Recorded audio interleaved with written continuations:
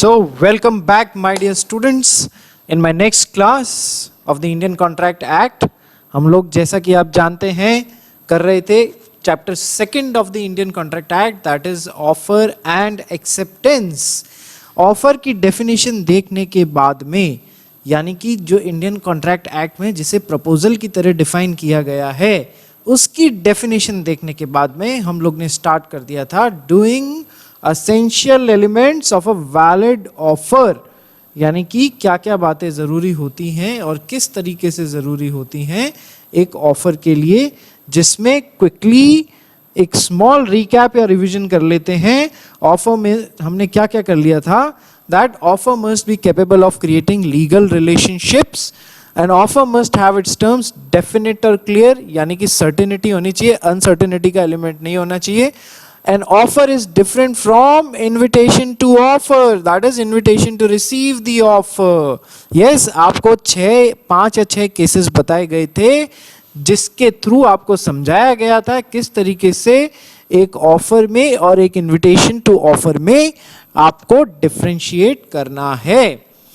The offer must be communicated to the other party, यानी कि जब तक आप सामने वाली पार्टी को कम्युनिकेट करेंगे ही नहीं कि ये ऑफर आपके लिए है, या फिर उसके ध्यान में आएगा ही नहीं, तो उसका या तो वो उसे एक्सेप्ट कैसे करेगा जब उसे ऑफर ही नहीं मिला, और या फिर आपने एक general offer to the public at large दे दिया जो और सामने वाली पार्टी को पता ही नहीं कि ऐसा कोई ऑफर दे रखा है, उसके बावजूद उसने एक्ट ऑफ एक्सेप्टेंस कर दिया, तो वो वैलिड एक्सेप्टेंस नहीं मानी जाएगी, क्योंकि ऑफर तो उसकी नॉलेज में था ही नहीं।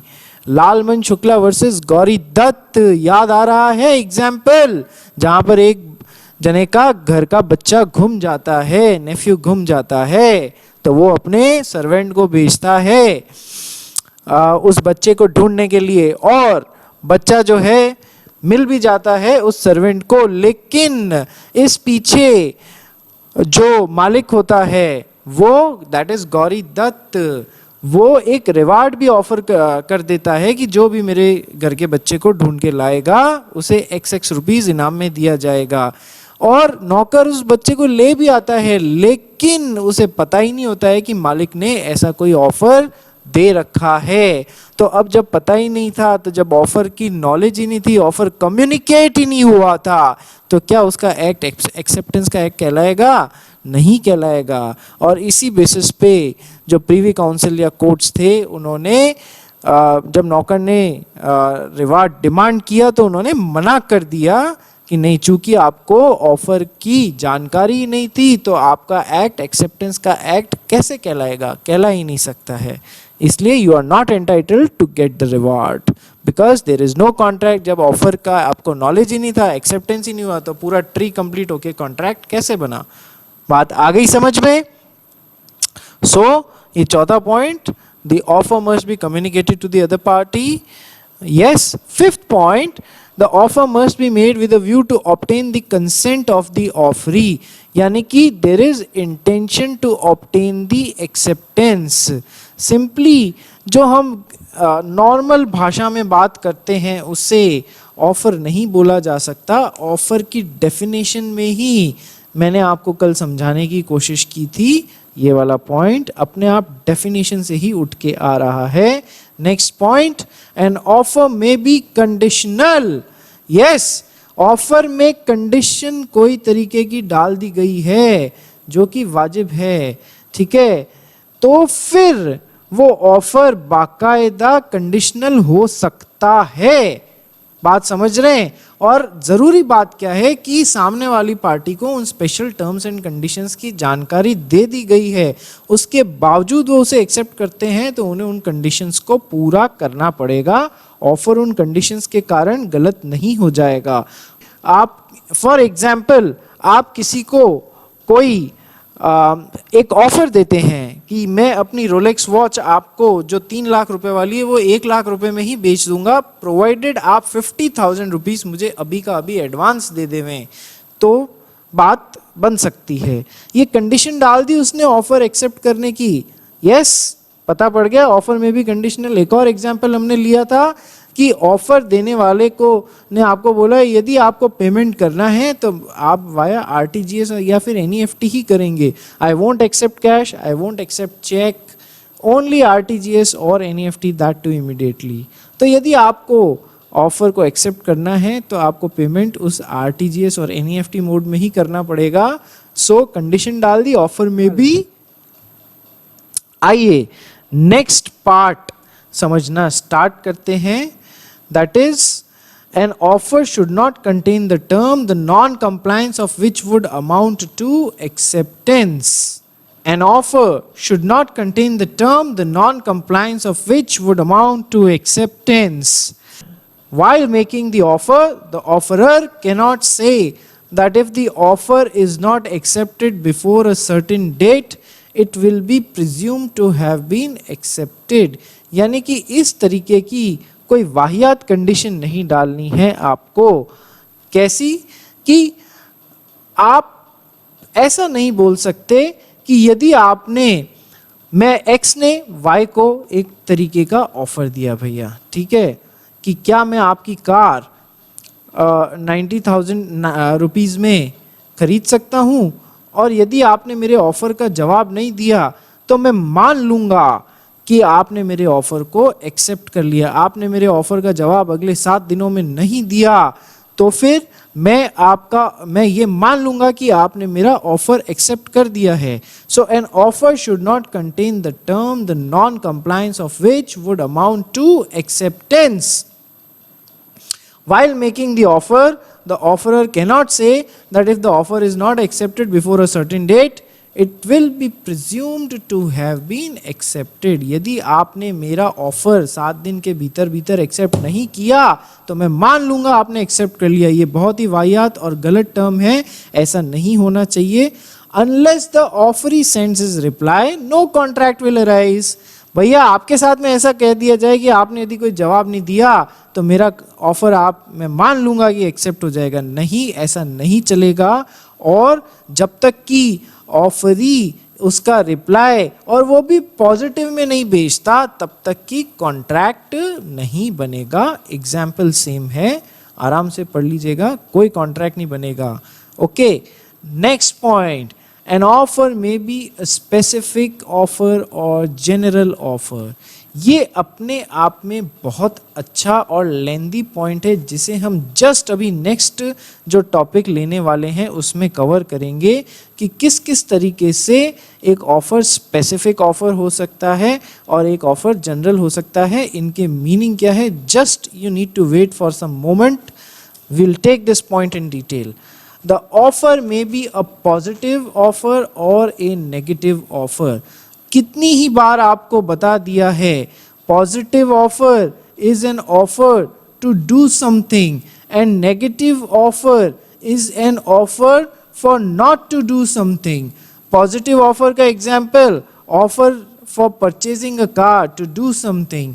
Negative offer का example, यदि आपने मेरे ऊपर केस नहीं किया तो मैं आपको 2 महीने के अंदर पेमेंट कर दूंगा. Offer not for suing. बात आ गई समझ में? ज्यादा कुछ समझाने की इसमें बात है भी नहीं. अभी तक के डिस्कशन से आप लोगों को ये पॉइंट बहुत क्लियर ऑलरेडी हो चुका होगा. Next point, the offer may be express offer और इम्प्लाइड ऑफर. बताने की जरूरत है क्या?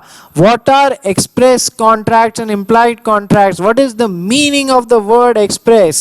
तो express means which has been expressed in words, जिससे शब्दों में बयां करके बनाया गया है.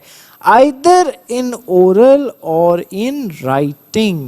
Either in oral or in writing. याद आया? Contract can be express contracts or contracts can be implied contracts. Express contracts which are made in words either oral or in writing. तो ऑफर भी वैसे ही तरीके से expressly made offer which is made in words, शब्दों का इस्तेमाल करके जिसे बनाया है either orally or writing. क्या पढ़ा था हमने? Oral contracts are also very much सही वैलिड कॉन्ट्रैक्ट्स होते हैं। बस प्रूव करना थोड़ा डिफिकल्ट होता है, प्रूव करने में हम नहीं जाएंगे क्योंकि आप लॉयर नहीं बनने वाले हैं, आप चार्टर्ड अकाउंटेंट बनने वाले हैं। यस, सो ऑफर में भी expressed offer which are made using words either in oral और इन राइटिंग, और ऑफर में भी एन इम्प्लाइड ऑफर। बताने की जरूरत है क्या? कौन सा एग्जाम्पल आना चाहिए दिमाग में इमीडिएटली? याद कीजिए, कूली वाला एग्जाम्पल, जहां पर आप उतरे हैं ट्रेन से, 4 लगेज लेके, कुली आया आपके पास में, आपके लगेज उठाए और चुपचाप बाहर जाने लगा, प्लेटफॉर्म्स के रास्ते रेलवे स्टेशन के बाहर जाने लगा। तो उसने आपको एक तरीके का इम्प्लाइड ऑफर दिया है या नहीं दिया है? Yes, implied offer. Yes, clear हो गया। सो ऑफर में बी एक्सप्रेस्ड और implied offer. With this we finish our 10 points of essential elements of a valid offer. Quickly revise कर लीजिएगा, बार बार रिवाइज कीजिएगा। ये कसौटियां हैं जिन पे आपको ये कसना पड़ेगा एक ऑफर को, और देखना पड़ेगा कि वो वैलिड ऑफर है या नहीं है। बात समझ में आई? ठीक है, तो हमने इसी के साथ में फिनिश कर लिया है। ऑफर में भी एक्सप्रेस ऑफर और इम्प्लाइड ऑफर के साथ में हमने essential elements of a valid offer भी फिनिश कर लिया है। आइए, इसमें एक ही पॉइंट रिमेनिंग रह गया है, एन ऑफर में भी स्पेसिफिक ऑफर और जनरल ऑफर, जो अभी आपको थोड़ी ही देर में क्लियर हो जाएगा। आइए हमारा नेक्स्ट पार्ट चालू करते हैं, which is classification of offer। अब क्लासिफिकेशन ऑफ ऑफर यानी कि टाइप्स ऑफ ऑफर, कितने अलग अलग तरीके के हम ऑफर हो सकते हैं ये पढ़ेंगे। General offer, special offer, special offer को स्पेसिफिक ऑफर भी बोला जाता है, नोट डाउन कर लीजिएगा। General offer, specific offer, cross offer, counter offer और स्टैंडिंग ऑफर। 5 तरीके के अपन पढ़ेंगे क्लासिफिकेशन या टाइप्स ऑफ ऑफर में। General offer, specific offer, cross offer, counter offer और स्टैंडिंग ऑफर। ठीक है, मैं आपको सबसे पहले स्पेशल ऑफर या स्पेसिफिक ऑफर से चालू करवाता हूं। आइए देखते हैं स्पेसिफिक ऑफर या स्पेशल ऑफर क्या होते हैं। When offer is made to a definite person, यानी कि definite person, देखो पहला पार्ट्स में ब्रेक कर करके पढ़ना, बहुत अच्छे से समझ में आएगा। When offer is made to a definite person, Ram ने श्याम को ऑफर दिया, क्या श्याम बाबू, क्या आप अपनी कार मुझे 10 लाख रुपए में बेचेंगे? तो ये ऑफर किसे दिया गया था? श्याम बाबू को। When offer is made to a definite person, तो इधर वो कौन सा डेफिनेट पर्सन है जिसे ऑफर दिया गया था? श्याम। या फिर इस एग्जाम्पल को आप रिवर्स ले लीजिए, राम ने श्याम को ऑफर दिया, क्या आप मेरी कार मुझसे 5 लाख रुपए में खरीदेंगे? Yes, so this offer has been specifically given by Ram to whom? To Shyam. So he is that specific person. Only he or his agent on his behalf can accept this offer. Only Shyam or at max Shyam's authorized agent can accept, can give the acceptance towards this offer. केवल श्याम या उसका authorised agent पढ़ा है, ये नहीं पढ़ा है तो समझ लीजिए। एजेंट किसको रिप्रेजेंट करता है? प्रिंसिपल को। The acts of agent are deemed to be same as the acts of the principal, because वो जिसे रिप्रेजेंट कर रहा है उसी को अपने एक्ट्स से बांध देता है, उसी की से अथॉरिटी लेके उसे रिप्रेजेंट कर रहा है। ठीक है, सो तो आर ने, राम ने एस को श्याम को ऑफर दिया, क्या आप मेरी कार मुझसे 5 लाख रुपए में खरीदेंगे? श्याम बाबू ने ऑफर यदि एक्सेप्ट करने की अथॉरिटी मिली है तो किसे मिली है? जिसे वो ऑफर दिया गया है। कोई थर्ड पर्सन आके चिल्ला के और एक्सेप्टेंस नहीं दे सकता है ऑन बिहाफ ऑफ श्याम या अपने बिहाफ पे, क्योंकि ऑफर तो उसे दिया ही नहीं गया है।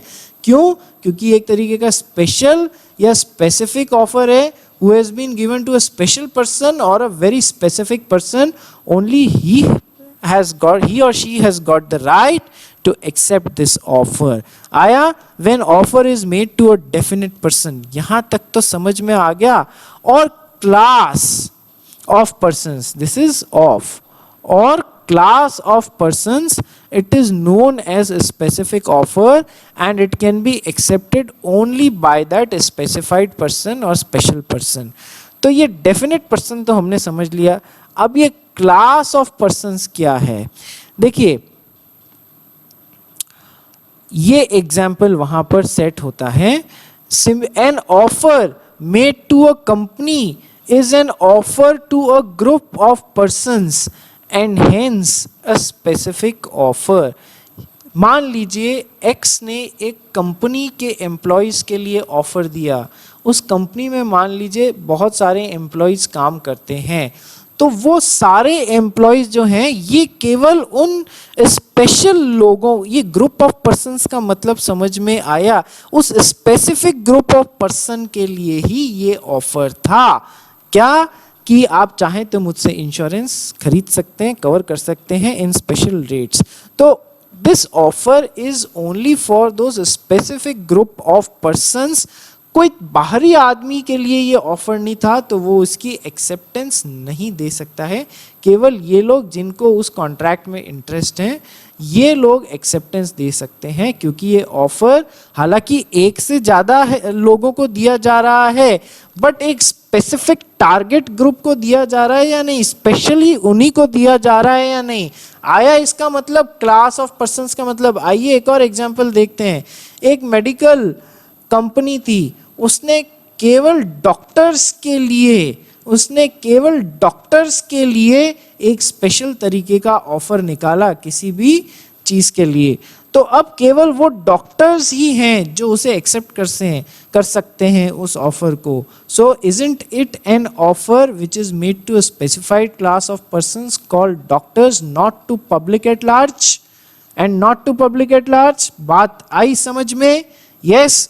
So when offer is made to a definite person or class of persons, it is known as a specific offer and it can be accepted only by that specified person or anybody from that group of persons who has been specifically given this offer. इसके साथ में हमने पहला point तो cover कर लिया types of offer का, which is known as special offer. अब आइए इस दूसरे पॉइंट पे, यानी कि जो इसका वेरी फर्स्ट पॉइंट है उसकी तरफ हम लोग बढ़ते हैं। General offer. अब मैं आपको पहला पॉइंट कराता हूं। अभी तक तो हम लोग ने जो एग्जांपल देखा स्पेसिफिक ऑफर या स्पेशल ऑफर का, जनरल आदमी को हम लोग अपना ऑफर दे रहे थे या to a specific group of persons हम लोग अपना ऑफर दे रहे थे। बॉस, जनरल ऑफर में क्या होता है? A person X is giving an offer to the public at large. ये वर्ड्स बहुत ध्यान रखिएगा, और इससे जुड़े बहुत इंपॉर्टेंट केस लॉज भी हैं और कंसेप्ट भी बहुत इंपॉर्टेंट है। तो when X is giving an offer not to a specific or special person but to public at large, public at large को उसने ऑफर दे दिया, that is known as general offer। नाम से ही कनेक्ट कर ले रहे हो, स्पेशल ऑफर और general offer. When an offer is made to the public at large, देखो, when the offer is made to the public at large and anyone can accept, it is called a general offer, it is called a general offer। देखिए,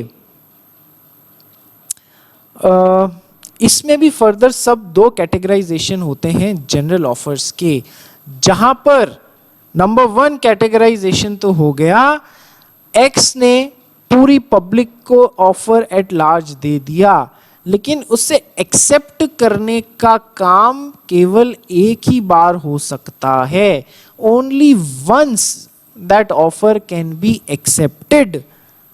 देखें इसका example, देखिए there is a girl G जिसका dog गुम गया था, उसने बहुत ढूंढा पर उसे नहीं मिला, तो उसने अखबार में क्या किया, एडवर्टाइजमेंट छपवा दिया न्यूज़पेपर में, मेरा पोमेरियन डॉग है वो गुम गया है, उसकी पहचान ये है कि उसके राइट आगे वाले पैर पे तिल है और उसकी हाइट इतनी है और करीब करीब इतनी उम्र का है, जिस किसी और इतनी तारीख को फलानी जगह से वो गुम गया।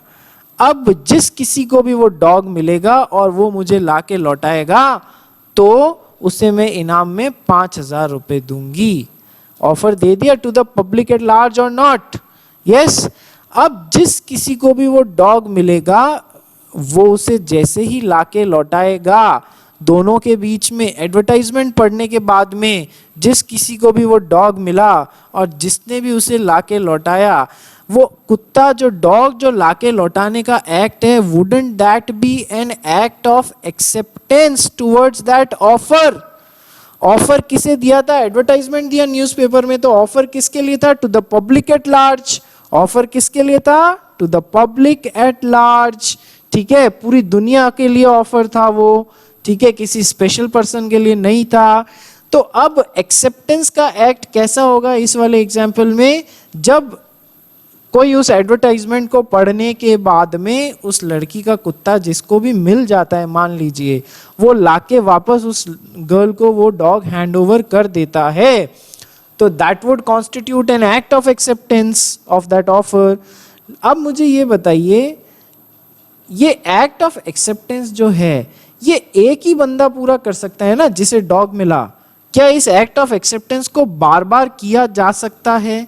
नहीं, बार बार नहीं किया जा सकता है। इस जनरल ऑफर के लिए केवल एक एक्ट ऑफ एक्सेप्टेंस आ सकता है, और जैसे ही वो एक एक्ट ऑफ एक्सेप्टेंस पूरा हुआ, डॉग लाके दिया गया, वो एक्सेप्टेंस पूरा हुआ मान लिया जाएगा, कॉन्ट्रैक्ट का ट्री पूरा होके कॉन्ट्रैक्ट बन जाएगा, and now that girl G would be bound to pay ₹5,000 to the person जो कि उसका डॉग ढूंढ के लाया है। ये तो हुई पहली कैटेगरी ऑफ जनरल ऑफर, जहां पर act of acceptance can come only once, एक बार। अब आइए, अच्छा अपन ने एक एग्जाम्पल और पढ़ा था ना, an advertisement given in newspaper announcing an reward for tracing out a missing person, Lalman Shukla versus Gauri Dutt. ये स्पेलिंग ठीक कीजिएगा, वर्सेस गौरी दत्त, लालमन शुक्ला वर्सेस गौरी दत्त। तो इसमें भी क्या, अखबार में एडवर्टाइजमेंट दिया था, ठीक है, कि जो भी मेरे घर के बच्चे को ढूंढ के लाएगा उसे इनाम दिया जाएगा। तो बच्चे को ढूंढ के लाने का काम तो एक बार ही किया जा सकता है ना, तो एक ही बार किया जाएगा, तो इसका एक ही एक्सेप्टेंस हो सकता है। ये तो हो गया पहली category of general offer. General offer क्या?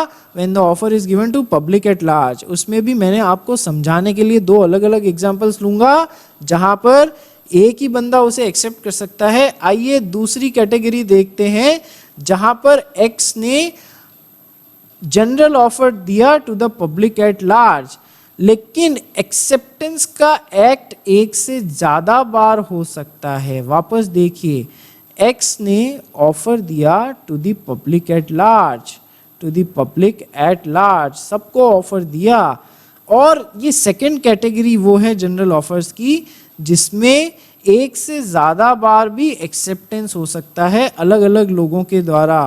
पहले व्यक्ति ने उस ऑफर को एक्सेप्ट किया तो बन गया पहला कॉन्ट्रैक्ट, दूसरे व्यक्ति ने उस ऑफर को एक्सेप्ट किया तो बन गया दूसरा कॉन्ट्रैक्ट, तीसरे व्यक्ति ने पब्लिक में से उस ऑफर को एक्सेप्ट किया तो बन गया तीसरा कॉन्ट्रैक्ट। ये सेकंड वैरायटी समझ में आ रही है आपको जनरल ऑफर्स की, जहां पर एक से ज्यादा एक्सेप्टेंस हो सकते हैं उस ऑफर के लिए, और उतने ही जितनी बार एक्सेप्टेंस आ रहा है अलग अलग लोगों के द्वारा, उतनी बार कॉन्ट्रैक्ट बनता जाएगा। Contract number 1, contract number 2, contract number 3 towards the same offer.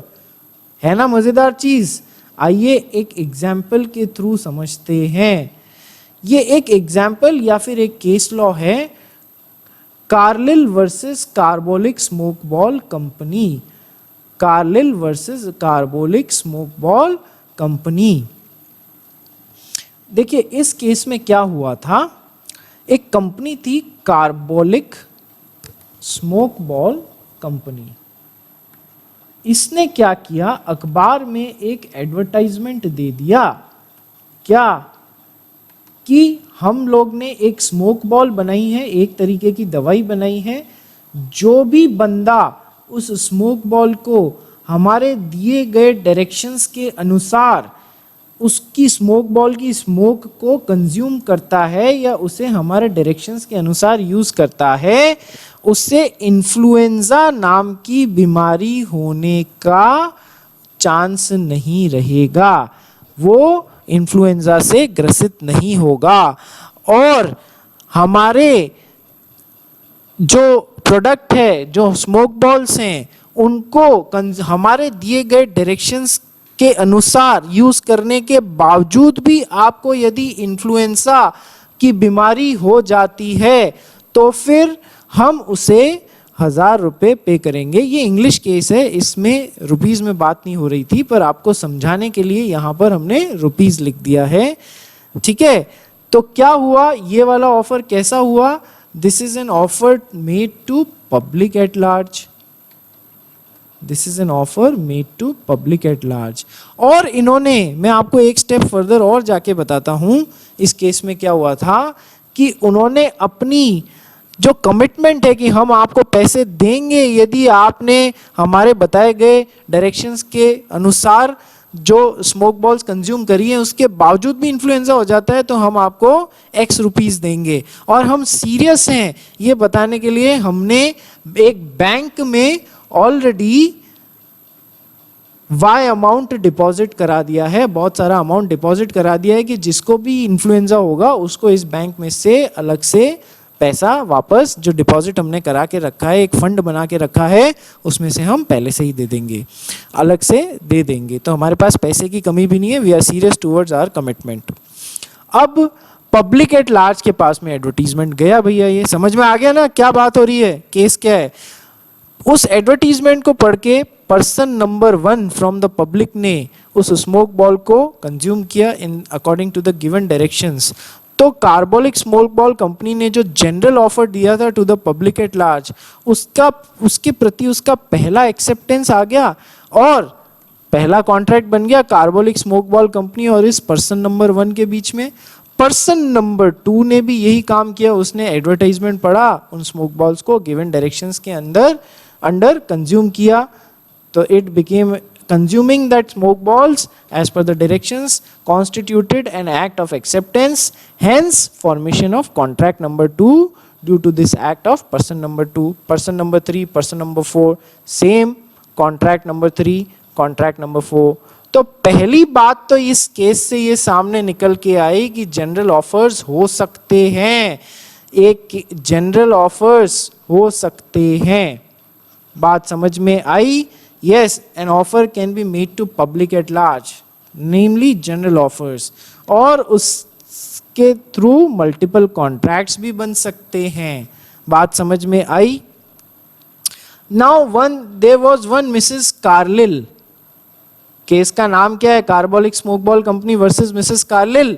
So there was one lady by the name of Mrs Carlill जिन्होंने भी इसे पढ़ के और उन स्मोक बॉल्स को दिए गए डायरेक्शंस के अनुसार कंज्यूम कर लिया। So it constituted N act of acceptance और उनका भी कॉन्ट्रैक्ट बन गया कार्बोलिक स्मोक बॉल कंपनी के साथ में, जहां पर यदि उनको इन्फ्लुएंजा हो जाता तो स्मोक बॉल कंपनी उन्हें बदले में कुछ रुपए देने का जो वादा था वो देती। मिसेस कार्लिल ने कंज्यूम किया और luck by chance, bad luck, उनको इन्फ्लुएंजा हो गया भाई। इन्फ्लुएंजा हो गया तो अब उन्होंने कंपनी से अपनी राशि मांगी कि आपने वादा किया था, राशि दीजिए। कंपनी गई कोर्ट में, कंपनी ने देने से मना कर दिया. So Mrs Carlill went into the court. So company ने ये बात बोली कि यार मल्टीपल एक offer general public at large को थोड़ी दिया जा सकता है, कॉन्ट्रैक्ट थोड़ी हो सकता है, इतने सारे लोगों के साथ बन जाएगा. ठीक है. एंड में डिसीजन मिसेस कार्लिल के फेवर में आया. नहीं, एक offer can be a general offer as well which can be given to public at large. Multiple contracts भी बन सकते हैं उसके साथ में. और चूंकि उन्होंने गिवन डायरेक्शंस में उन्होंने सारी बातें फॉलो की, ऑफर की, उनका उस स्मोक बॉल को खरीदना, गिवन डायरेक्शंस के अनुसार कंज्यूम करना would constitute N act of acceptance. और फिर भी उन्हें इन्फ्लुएंजा हो गया तो अब आप बाउंड होंगे. कार्बोलिक स्मोक बॉल कंपनी उन्हें पे करने के लिए बाउंड होगी. On a suit for the reward, she was held entitled to recover the same because she had accepted the offer by fulfilling the terms of the offer. तो general offer में भी एक ऐसा ऑफर जो एक ही जना accept कर सकता है और एक ही कॉन्ट्रैक्ट बनेगा, और ऐसा ऑफर जनरल ऑफर में जो मल्टीपल लोग एक्सेप्ट कर सकते हैं और मल्टीपल कॉन्ट्रैक्ट्स बनेंगे. Carbolic smoke ball company versus Mrs Carlill. याद रखिएगा बच्चों, ये बहुत इंपॉर्टेंट केस लॉ है, लैंडमार्क केस है. याद आया? तो इसी के साथ में आज हम लोग यहीं पर स्टॉप करते हैं टाइप्स ऑफ कॉन्ट्रैक्ट्स में. बाकी के types of contracts we will finish in our next class. Keep revising the things, keep writing down in your registers, send me the photos. If there is any problem, ask me either through WhatsApp or through calling me.